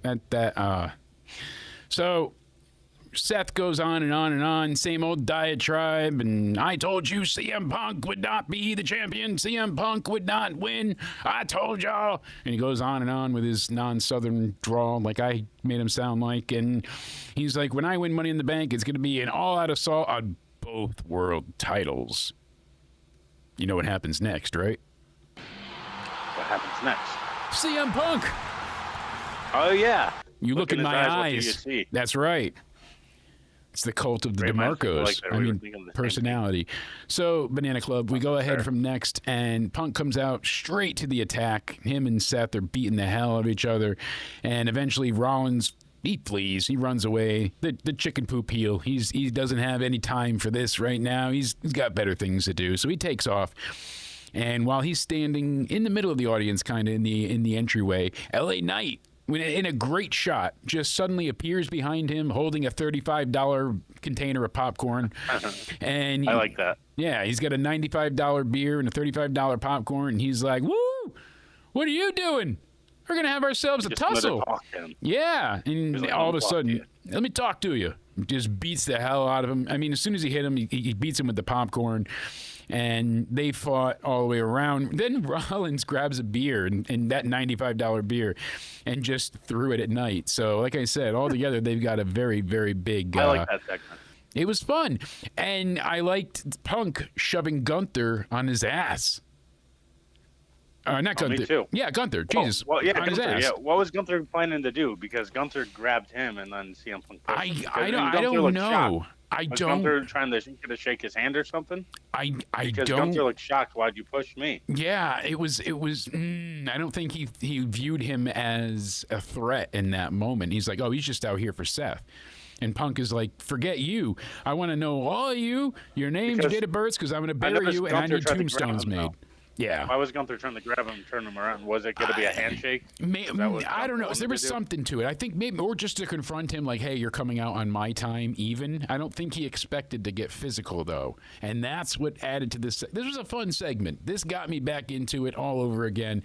That Rusev match, like I said, first 10 minutes was kind of a bore. It was a bit of a nah. But then they really laid it in thick, and they beat the hell out of each other. Talk about cardio for days. Those two beasts that was men slapping meat all the way. Big men slapping Even though it meat. shouldn't have gone as long as it did, good for them. Their Oh. cardio is fucking amazing. Sorry, God, I'm even more jealous now. Look at this. Look at this. Oh, it's the blonde bombshells. Trish Stratus. Right there. Paul sent us a nice photo there with Miss Tiffy Time, Tiff Stratton, Trish Stratus, two being together. I like it. What else we got here? More of them. All right. We're still going through. Miss Charlotte before. There's the Wyatt Six, as we said. Uncle Howdy in the ring. I'm glad they had all the members of the Wyatt Six face off. That's good. That's at least fun because we haven't seen Uncle Howdy fight, and I don't think we've seen Eric Rowan wrestle since they had that first six-man tag, I want to say. So I there's think you're Uncle right on Howdy that. tagging Eric in the Rowan big really man. hasn't wrestled that much. It's been a while. It certainly has. It's been a while since I've gone and seen Rowan wrestle. So I'm happy that they're doing a bit more with the tag division. Hopefully that stays. Like I said, there were some good This is things an on off-topic Raw. kind of question, but I gotta ask you. Yeah. Since we've had time to get used to it, what do you think about the light blue mat for SmackDown and the black mat for Raw compared to the traditional white mat that we had for years? Honestly, it's not distracting and doesn't bother me. Even with the sponsors on it, it doesn't take away from the product. And if it's helping them sometimes do better money or a little less commercials, sure. I just like knowing that the talent is getting paid better now. know what? Like they're benefiting. And even people Put like at the sponsors on very anything bottom. if you're gonna do less commercials. Less Yeah. commercials, more sponsors. Thank you. They said they did remove something like, I think they said like 90 seconds of commercials an hour, and you're like, oh wow, 30. But if they shave 15 seconds off each time instead of, it's like 2:45 instead of 3:15 or 3:30, it makes a difference. So I don't know, your brain gets distracted quick. It's hard not to tune out in that 3-minute time span when you're looking at "We'll be right back" or just the same Hulk Hogan beer commercial over and over again. This is That when we beer got. commercial is so cheaply made. Oh my god. That's so bad. It's worse than my non-existent green screen I right crack now. up I didn't every put it time I up, so see I'm it. just really flickering through the background here. I'm gonna disappear. Oh god. But yeah, he got somebody like real piss poor to make that for him. So whatever. Look at that shot of Bailey in her cleavage. I'm sorry, but I have to bring that up. She changed her outfit, and I don't know if that's family appropriate. I'm not so sure that's PG friendly. What So are you doing? I'm- You're trying to ban again? listen. It's just an observational fact here. The woman needs more clothes, not less. God, you know how we feel about that. I'm excited to see Trish, though. All right? Yeah. The one thing that didn't look cheap, which I actually thought was very well made and looked quite cool, was the Kairi Sane video package. I don't know why this didn't air when she came back weeks ago. WWE video packages always look amazing, though. They're always stellar. Their That's editors awesome. are top notch, but they had like really small but cool details. So she's got the telescope, she's looking far away, and the light of it passes the eye patch, and then the circle from the lens is actually going across her face. So like just little touches of things, but it was like, oh. Yeah, we all get distracted by Stephanie Vacour and hello, Bailey. So Balor is backstage, And I was saying before, I like the fact that everybody's getting paid well. You know, even people on the low man on the totem pole end are still doing moderately much better than where they were years ago. Like even when FTR, you know, the revival was there 2015 times, they said they were getting, you know, 300 dates a year almost, and you know, between travel and everything as well, and they were getting paid at the very like minimal amounts, and that's not what you want to see for wrestlers. They say that a wrestler's body, when they were working the full WWE schedule, so 2 shows of TV a week and then 2 shows on the weekend, they said that their bodies accumulate upwards of 400 to 500 car crashes a year, depending on the severity. Really? Yeah, because of all the whiplash they go through when they land. It's like going through a small car crash every time. So that's why they're more susceptible to concussions and contusions and whatnot as well. So you get those big bruises and stuff because of that. So when something hits, it can really go catastrophically bad because they've had so. It also, in other instances, you see wrestlers where like they land on their neck and they're fine, and it's like, how? It's, oh, the muscles are so thick because it protects them and whatnot. You know, that callus of bumping over and over certainly does. You know, but they say everybody has a bump card, so you pick and choose. But that's a lot of car wrecks to go through each year. Balor, JD, and Dom, they're all there holding their gold, and Roxanne is there with the title. You know, she's like, Raquel comes in and she's like, are we replacing Liv? She's working really hard on, you know, recovering and rehabbing. And this is when JD, you know, kind of takes a step back, just looking at his belt, but he kept making me laugh with the faces he was making. So if you get a chance to go back and watch it, check out JD McDonough. The faces, very good. So the man knows how to sell it well. He goes ahead and Balor steps forward and he's like, no, I've had a shoulder injury. I know how long it takes to come back from that. I mean, he would know. Look at what happened. He lost a belt at SummerSlam. He had to, you know, we won it at SummerSlam. Does this mean Liv's coming back earlier? I don't know. I don't think so. It seems it's going to be 4 months is that sweet spot. We'll see what happens, but it's going to be like September, October. So then you're looking at like what, Survivor Series maybe, and then by then do you just wait for the Rumble? I don't know. They did hold off on plans with Judgment Day, seemingly, because they were supposed to break up at Night of Champions. That was reported like 3 days to the point where Liv got injured. So everything apparently had to get scrapped and changed there as well. A lot of evolution as well because of it. I thought we would have had Nikki Bella on this week to tout something about her wrestling and evolution. You know, you'd want her on her podcast and all these things, being like, I'm wrestling, but with this backstage segment, I have some theories here. Okay. So we didn't see Roxanne or Raquel the whole night when the original backstage segments for the Judgment Day were happening. No signs of them there. And Raquel was holding both hers and Liv's tag team championship, right? So yeah. How the hell did Roxanne get in possession of Liv's tag team title? The only thing I can think of is that, like, oh, they could say, like, when they brought it today, or they weren't keeping with the storyline of her holding it. You know, she had both of them, and then she left the other one with Finn or something. Or did Raquel give it to her beforehand? It is very backwards the way they handled this, and that's what kind of is a little confusing. You made a good point of it before, because they kind of go back and forth. And last week, you know, at first she's a bit optimistic and hesitant. Then Roxanne helps her take down Rhea. So then she's embracing her and hugging her and accepting her pretty quickly. And then it stems forward to be like, oh no, how could I work with her? After you embraced her the week before and was calling her a confidant, now it's an issue. Someone on Twitter said this, had the same question as me. But let me put you on game because y'all don't pay attention at all. They said, if Raquel always carries both titles, how the hell did Roxanne get Liv's title? And let me mind you, Raquel and Roxanne were nowhere to be found earlier in the show. Yeah. And put this hoop further in perspective is the first.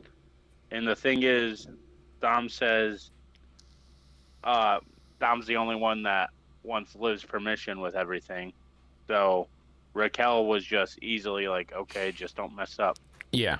She was very, very easily convinced. And I mean, she could be doing this whole double agent thing. Like I said, it kind of seemed a bit backwards. And he's like, no, you know, we're going to go ahead. I think it is like something like that because how did Roxanne get in possession of that title. Yeah, because like you said, Dom's like, I gotta ask Liv. Yeah, Dom and Liv.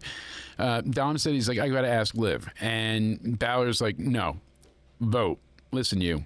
So he votes yes, and then obviously JD and Finn both vote yes. She's in the group. And someone just said on 2K they updated it, and Liv's not in the Judgment Day anymore on the game either. Interesting. So And on that backstage screen, if you notice, they have all Judgment Day members, and Liv wasn't in that. That TV screen they have in their clubhouse. Yeah, Liv wasn't on that either. Oh, interesting. So they do hide a lot of things in the background. Liv and Balor were together long before Dom and Rhea ever split. So it always made us think like, hey, she's involved with Finn somehow. Not the case or what they were going for, I guess. So still odd, but.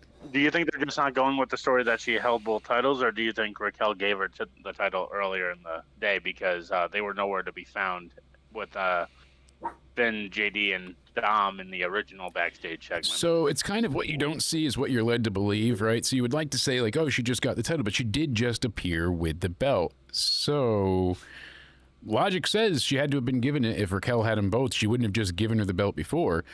And Roxanne was like kind of hesitant, and then she was like, all right, you better hold up your end of the bargain. And that's when Roxanne was like, oh, I'm going to go ahead and I'm going to take out Kairi Sane. That's what I'm going to do. Because what we saw Night of Champions, Raquel made her entrance, and she was holding, 2 championships. So, yep, that's true. Fishy there. Yeah, yeah, and I agree with you too, Trek. It makes me think Nikki Bella's match is scrap for Evolution. It seems that way. I mean, they brought Trish back.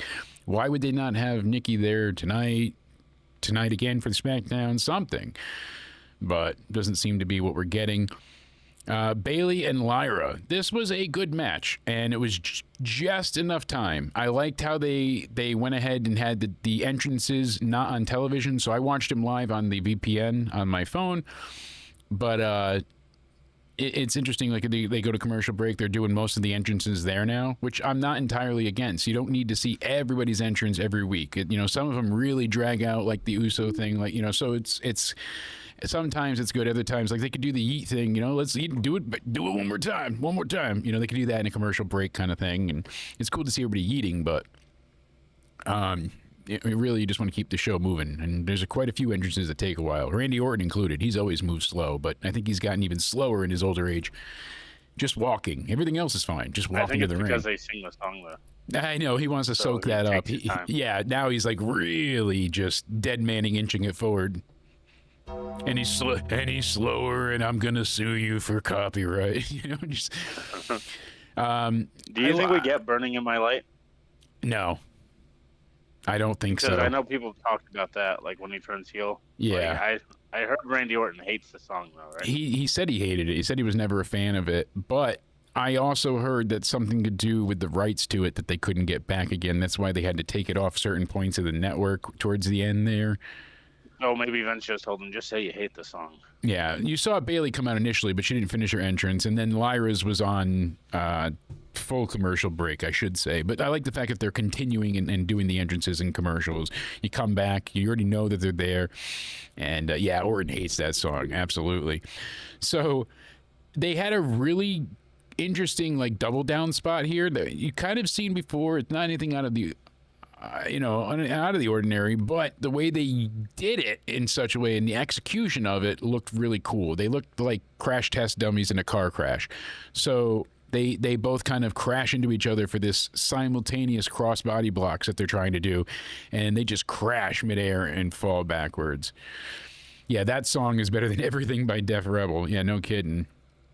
Penta's entrance is always fire, pun intended, but yeah, they didn't show that one today it was in commercial break. So these two, when we come back, you see Bayley basically get out of the Nightwing, and then she rolls Lyra into a pin, but it's a 2 count. And, Bayley eventually gets put down for a 2 count by Lyra. Then Bayley pulls Lyra back into a pin, and the referee makes a 3, and you're like, wait, who won? And they go ahead and they have both... you know, both shoulders down on the mat. So the referee goes over to the timekeeper and she yells, and she goes, while they're both holding their arms up thinking they won, she goes, hey, both shoulders are drowned, therefore it's a draw. Not this match continues, it's a draw. Now the fans really boo. They were not happy with that one. So Andrade and Rey Fenix took on Fraxium. That's where we left off with Cody before on SmackDown, right, sir? I think that's what we said we were talking before. Yeah. I know we're everywhere. We're between two shows. So apparently, here, there, and everywhere. Andrade and Rey Fenix beat Fraxium, surprisingly enough. So did they? Interesting to see what happens there. I'm curious. But I'm surprised they're not building up Fraxium more. I know. We'll see like how the loss happened. Maybe, you know, Andrade cheating, not unlikely. Him and Phoenix working together is interesting. So we'll have to see what comes of it. But I'm genuinely interested to see that match. I don't know if I enjoyed them so much. But it just popped up in my brain. I do like that custom design for Seth Rollins in the briefcase. Yeah, no doubt about it. I don't remember if I said it before, but yeah, just wanted to bring that up. It just popped up in my mind. That's right. You know, we didn't mention earlier talking about Rusev and Sheamus, but Sheamus did the spot where he kicks out, Rusev kicks out at 1, and I thought it was a bit ridiculous. Some people loved it, I guess. Hey, that's for you. You love it, you love it. But I was not totally crazed about it.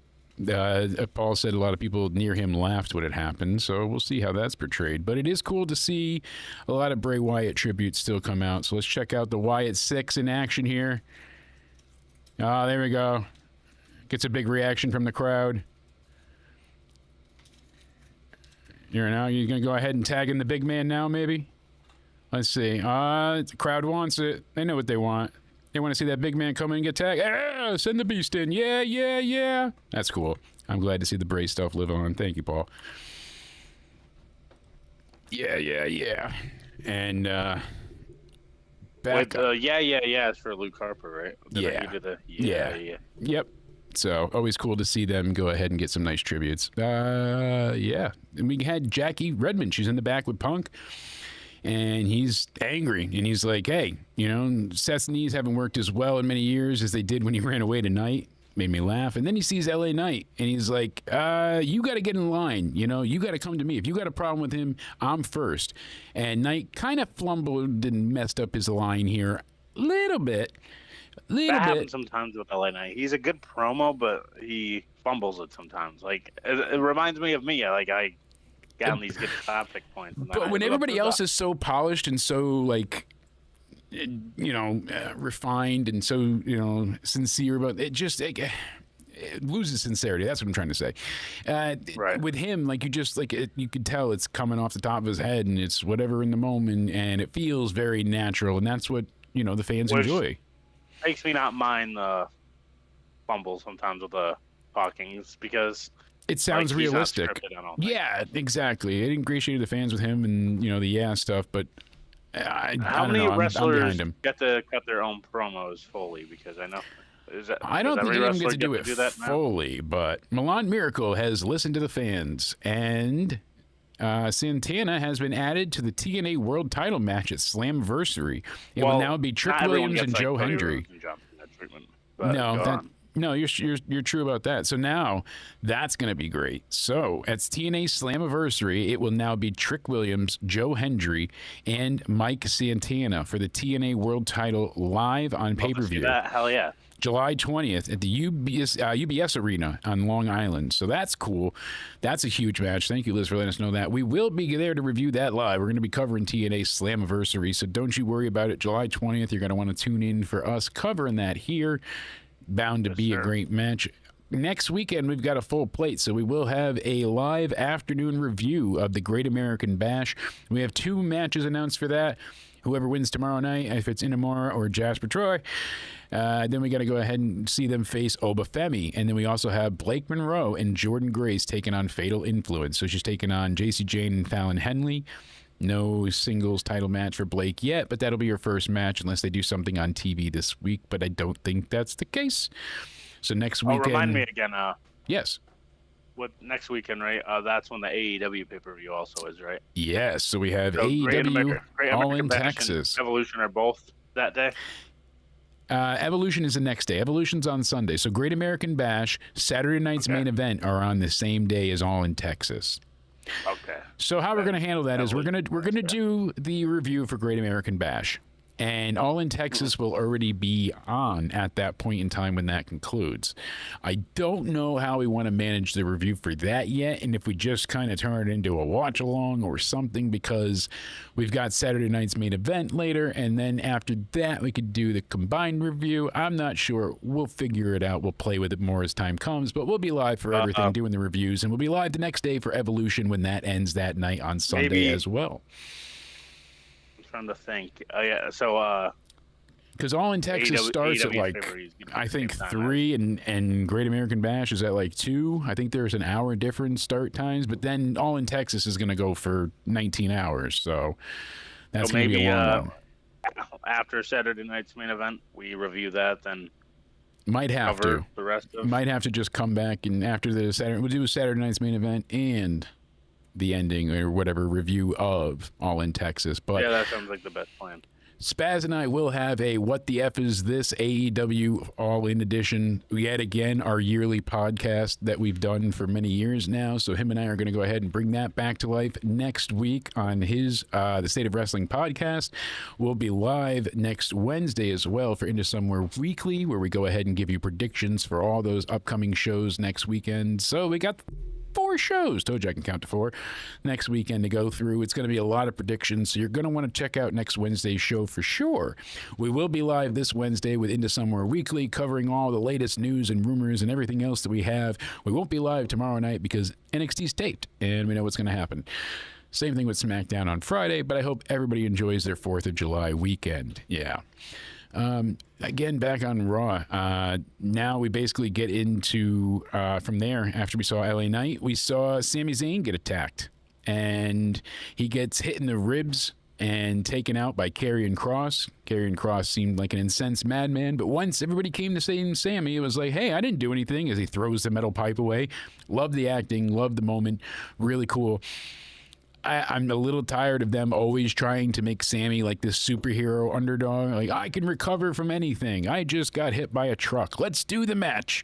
I get the point, but like, for the main event, you know, Penta shows up and he's like, "Are you sure you want to go? Because I want to see you in the ring, but I don't know if you could do this." And he's like, "No, Sammy's been cleared. He only got his ribs hit by a metal pipe. He's cleared. The earlier attack by Karrion Kross, He's good enough to me. just a scratch. He's fine." They come out for the main event. We get Braun Breaker and Bronson Reed. As Punk said, we got the Pauls. And these boys, they're taking on Sami Zayn and Penta. Braun Breaker, Bronson Reed come out to Braun Breaker's theme, but a dual Tron now. I like their entrance. Needs a little bit of pyro or something. If they give them an actual, you know, song for the group, you know, if the faction actually has some music, then I'll be happy. But until then, I don't want people still singing along with Seth. It feels a bit ridiculous at times and a bit wasteful, honestly. I know that, as we've said many times over, you get crowds now that they don't care, heel, face, whatever. They just want to react. They just want to get involved. And I get it, and I get why. But it does get a little bit upsetting as being the home crowd watching it, because we have to deal with the same, one more time. So they're really trying to heavy hand push Sami Zayn now. I mean, like, really lay it on thick. I get it. But this is why I'm forced to take the happy pills. Yeah? Then you blame me every time. This has happened on multiple occasions. Much better. So this match was a lot of fun. It was basically about separating Penta and Sammy and just continuing to injure and beat and destroy Sammy while Penta can't make the hot tag. You know, Bronson's taken over, and eventually Reed picks up Zayn, hits him with a big Death Valley driver. That was a good 2 count. And, you know, Penta's sound on the floor for a little bit, but he comes back and he basically, Braun Breaker hits that huge leaping clothesline, and he took Zayn out. He toppled over the broadcast table so far with this. It was nuts. I don't know how he didn't break his neck on that one. So Penta eventually gets the sacrifice on Braun. That's cool, but if they're going to use it as an injury angle, I don't know if they should be doing that all the time then. But, whatever. It's a cool illusion of a move. You'll see, Triple H used to do it when, or not Triple H, excuse me, Lesnar used to do it to anybody when he put him in the Kimura lock and he broke their arm. They just kind of bent it the other way a little bit. Same idea. So we go ahead and Bronson climbs up. He's going to go for a tsunami, but Penta takes him down. And finally, both men tag out. And Zayn's back in, and he's trying to pump up. He's trying it, but, basically he goes for a haluva kick. Braun Breaker cuts him off with a big, big leaping clothesline. My God, that man can move so fast. Takes the straps, lowers him down, runs the ropes, goes for the spear, but he gets kicked. Oh, right in the head. Hell of a change of pace there. So I thought that was going to be it, but nope. So now Zayn's trying to come back. He tries to suplex Bronson Reed, but he can't do it. And eventually Penta just topples into big Bronson Reed. It sends him over the top rope with a gigantic clothesline. And then that's when Sami Zayn finally was able to, up and over him. So cool little segment there of a moment. And then eventually Braun Breaker just kind of comes back in and he spears the hell out of Sami Zayn and covers him for the 3 count. So 8-minute main event, nothing too massive, and now they're getting destroyed. And they're getting beat and more heel heat, and they're getting him in position for the tsunami, and Breaker's holding his legs, and all of a sudden it's Jey Uso. What? Jey Uso comes out, he's got a chair and starts cracking, Braun Breaker, and he comes in the ring and all the heels split, and they go back over to where Paul Heyman is. Paul Heyman is calling Seth Rollins on the phone. They show the credits. That's Raw. It's a fun ending, but I feel like Punk was the better save here. I know we already saw him come out earlier in the night for the save. Granted. But for me, so we hear that they're getting the Usos back together, right? Like Jay's title run came to an end. People are a little bit concerned. Hey, we don't know what's going on, but so on and so forth. And unfortunately, it just never seemed to really work out. And the Usos are great, but Jimmy on his own failed, sadly. It just didn't go anywhere. Whether it was because of creative or it's... And I'll take it, not really. I think Jimmy is a better overall wrestler than Jay. Sometimes, yeah. You're not wrong there. No doubt about it. So it was And I think Jimmy's more... I don't know, better at talking than Jay, because Jay has to, he kind of forgets where he was. Say something, pause, so they can say yeet. Yeah. Jimmy has more flow with his promos as well. Yeah. Usually Jay's just a lot of repeating and gets himself nervous and fumbles a little bit, but they're not really doing much with the brand split. And do we even need a draft at this point? I mean, people should be able to have There's going to be designated a draft again, shows. Right? Yeah, after SummerSlam. Yeah. I don't want to see Jay in a tag team either. That's what I'm saying. We've done so well of seeing them not. It's going to piss me off. We're going to do another draft. Everyone's just going to go back to the shows they were. And then everyone's just going to appear on everyone else's show anyway. So that's kind of the thing. At one point in time, it was cool. It was like, if you go to this show, you're guaranteed to see these stars. If you want to go, I only want to see Cody. It's supposed to be meaningful if a Raw star shows up on SmackDown. It's supposed to be. But now it's just constant. They're everywhere. So I don't know quite how I feel. It's a little. Because back in the day when they did that, it meant something for. Yeah, because SmackDown, what? Because Bronson Reed and Braun Breaker, they would be so much better suited on SmackDown right now with that tag division. I was just gonna say that. I'm glad you just said that. Oh my God. Motor City Machine Guns and Fraxium, the Street Profits. Seth, Braun, and Bronson need to be drafted to SmackDown one. Yeah, I mean, it depends on who they move where. They got some good things with this. We got some of the builds started. We have 4 matches for Evolution. Kind of makes me think that Seth might cash in on the WWE Championship, or what do they call it now? The Undisputed title? What do they call it? Yeah, I believe it's Undisputed one. And we got Randy and Drew that was announced tonight. Or is it Universal? I think it's Undisputed and then World are the two. Yeah. Okay, right? Undisputed and World. All right. Or I don't think it's Universal anymore. That was Undisputed, but either which way. They don't call it the WWE Championship anymore. I've realized recently, right? They call it the Undisputed Championship. Yeah, and the World's Heavyweight is the 2. Okay. So I don't know. It was a good pop for everybody there. I'm glad Paul got to see people go nuts eating. Yeah, the transfer window would be good, or some. They need to make if you're going to have a draft at all, I don't then like make the it more transfer window finite. either.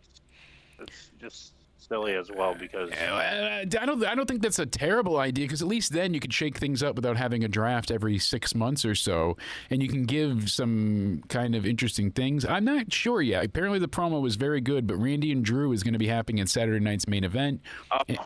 Interesting to see what comes out of there. A few things that need to change of scenery. Either like LA Knight needs to be drafted to Raw. I think everyone agrees with that. Yeah. Liv and Dom should be drafted to SmackDown. Okay, I could see that. Because I think they've served their time on Raw. There's nothing much for them to do over there anymore. So I could see the Judgment or the whole entire Judgment Day gets drafted over to SmackDown. The Bloodline SmackDown goes to Raw. Look at that. Right? Yep.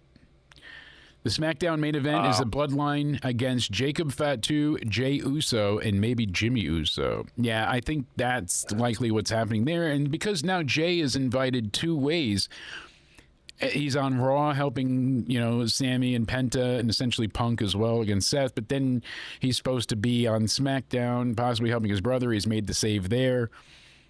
You saw Jacob going nuts against everybody. They have Tala Longa, because he's taller than everybody else, like Tala Longa. Why? Why was Hikuleo bad? I know you can't always you didn't complain about Blake Monroe, but that was a better name choice. Like that made sense. It fit with the character. It was like, okay, I could see that. I'm already calling her that. I kind of forgot it was Mariah May. It's like, oh, Blake Monroe. Come on. Another Tonga that you can't discern their. Is it Tamatonga or Tongaloa? I always get them confused up. But now we got Talatonga. Too many Tongas. Talatonga, Tongaloa, Talatonga, Tonga. I sound like I'm having a stroke. The Tongas. Talatonga, Tongaloa, Tola. Say all their names together. Tamatonga, Tongaloa, Talatonga. There we go. Holy, it's a tongue twister. Talatonga, Tongaloa. Now you're screwed. Talatonga, Tongaloa, Tonga. You're not even hearing yourself. Sorry. Oh, God. Yeah, 2-1 now. So we manage. And that. You made me try to say all those names, ridiculous names at the same time. And my New York Mets are still... All right, I can't go pipe bomb over here because... Yeah, we're doing, the letter P for PG. But I do wonder... Breathe in, breathe out. They need to quit having Tongos for a long time. Zillafat 2 will be there eventually, and he'll be Timmy Tonga. So they'll have Talatonga, Timmy Tonga, Tongaloa, and Talatonga. I'm swearing. Okay, we need to... Then they're going to have Tonka, the tank engine Tonga, and then eventually they'll just finish it all off with Tong. You act like you're joking, but we're going to go back to this like 6 months from now, and that's going to be the case. Please welcome Tong. Oh yeah, that's got some heat to it right there. Tamatonga, Tongaloa, Talatonga. Remember Kelly? We're going to have like the men's version of Tonga. Oh, it's Kelly, and Kelly. Which Kelly? That Kelly. No, oh Jesus. Yeah, it was a fun show. Raw was good. I would give Raw maybe a 7.5. I saw an 8. I was going to say 7 out of 10. I see it in there because they had a really good opening with Rhea. I'm not crazy about how they set up the match, but she looks like a gigantic star. No shame in that. You just don't want her looking bigger than the belt. A little bit of what they did when here. The logic gaps are happening, like the Judgment Day backstage segment where Roxanne has the title and Raquel's shocked. Even though, Raquel, you were carrying on the both championships. Yeah, she had him, so you might be right. I mean, it might just be, what have they not given us up to this point, and this could be it. So I am curious to see what happens, So many times before, Triple H has had stuff in the background of things, and I'm curious, as you said, look at it matter with, Ludwig Kaiser. Now he's been in the background a few times, and could be a thing that's happening. How did she get the belts? Could you imagine Ludwig Kaiser as a luchador? Yeah, I want to know how she got the belt as well. Because why isn't Raquel questioning how did she get that title? I was holding on to it. Yeah, exactly. It was just if they end up doing nothing with it, then they just forgot and messed up. But if they go ahead and actually look back and no, there's a point to it, I'll be happy. Hopefully they remember that, hey, this needs to have something done with it, and we need to go ahead and see them really go ahead and, stick with this story, then fine, but it better make sense. Because realistically, wouldn't Liv want to question Raquel with it? You're acting all shocked, but from what I remember, because Liv's going to say she's been watching Raquel's matches, you came out with both titles at that PLE. And exactly. We don't want it to be reasons. Oh, yeah, we don't need none of that. So I'm hoping that they do eventually pay mind to this, because they had her take both belts, and then she kind of seemed like she was in on it, the way she was acting with Finn before at other times, and then now not. I don't know. It's very hot and cold. Remember when Liv walked away from Raquel and Rox one time, and Raquel instantly started chatting with her? Yes. So funny enough, it was she kind of was more taken to her then. And instead, that's kind of not what's going on here. And last week we saw Raquel hugging Roxanne, and this week she's like, "What? What is she doing?" Yeah, exactly. Now she's. Well, at least we get to look forward to a great promo from Trish, Tiffany, and Jade. Yeah, if only. It was nice to see, Julia be a champion. I wonder if she was going to come out on SmackDown at all, but I didn't hear any reports of her being there, so. Cool that we went ahead and did get Trish to return, though. That's good. I'm looking to see if there's any other updates or anything else on SmackDown. Let's see here. So we talked about the intro, Cody kicking off, and then you had Randy, and then Drew coming back. That's awesome. Charlotte. So we had Meechin and B-Fab will take on the Secret Harvest, and Charlotte Flair and Alexa Bliss, who obviously picked up the win and hugged. So then you had the Wyatt Six taking on Berto, Johnny Gargano, Montez Ford, and Chris Sabin. So it was one from each team. That's what they were going for. Got it. And the Wyatt Six secured the win, with Eric Rowan pinning Chris Sabin to finish the match. Tiffany Stratton, as we said, had Jade Cargill come out. But that's not all in her mind. She said she also plans to defend her title at Evolution. And that's when Trish Stratus came out. So I imagine they're going to be setting up that match. Trish versus Tiffany Stratton at Evolution. Interesting. Seems like a match. It should be good. I mean, Trish was doing very well. Naomi cash in there? Yeah, right? You got to make the cables meet during the lightning storm. Exactly, Trek. You got it right. I don't know if we see Jade versus Tiffany at SummerSlam, do we? I don't think so. I think that's SummerSlam, definitely, and I don't think they're going to do anything to move that sooner. Is it going to be a rematch with Naomi versus Jade? Because is Naomi going to cash in at Evolution or something? I don't know, and I don't even know if it's worth seeing that match. So we got to see what else they add to everything going down. Damian Priest went to Aleister Black and tries to explain R-Truth's side of things. Priest said that a match has been made for next week between R-Truth and Aleister Black. And then they started to get into each other's faces. So that's eventually where that's going to go, is Damian Priest and Aleister Black. I'm excited. And then the main event, as we said, was Jacob, Fatu, and Jimmy Uso versus Solo Sikoa and JC Mateo. Cool. So not a bad SmackDown. I don't know if he comes back out later to help or whatnot, but that's just the notes we have at this point. With Paul's phone dying, that's where we left off at. But all in all, it was a pretty damn decent Raw. I think the 4th of July SmackDown will be fun. I'm looking forward to it. I mean, we'll have more details about that. Into Somewhere Weekly on Wednesday. Absolutely. We'll be live this Wednesday into Somewhere Weekly. We'll be going over all the latest news and rumors around the world of wrestling. We'll be talking about AEW doing a bit of coverage for Texas All In, as well as covering Saturday night's main event and Evolution, but also Great American Bash. I'm excited. A lot of big stuff to look forward to. And at the end of the month, we got Clash at the Castle, and then it goes right into SummerSlam. So, going to be a fun time. We're almost through the summer months there, my friend. Now all we got to do is just survive the heat. But yeah, all in all, I really appreciate you guys hanging out tonight with us. Thank you for being the bright spot in a bad few days.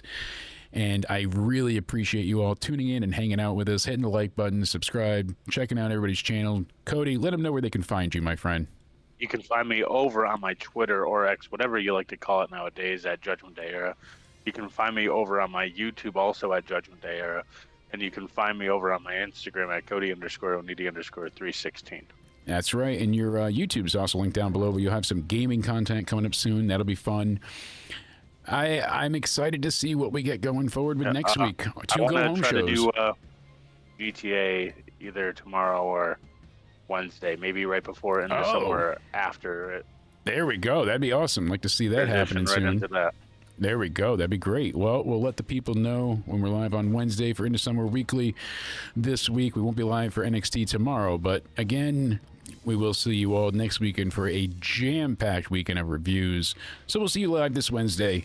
I have been Jake. You can find me on Twitter at CountdownEnded. You can find me on Instagram and on Rumble at CountdownEnded as well. Or make sure you subscribe here, Jake Countdown and DeMarco.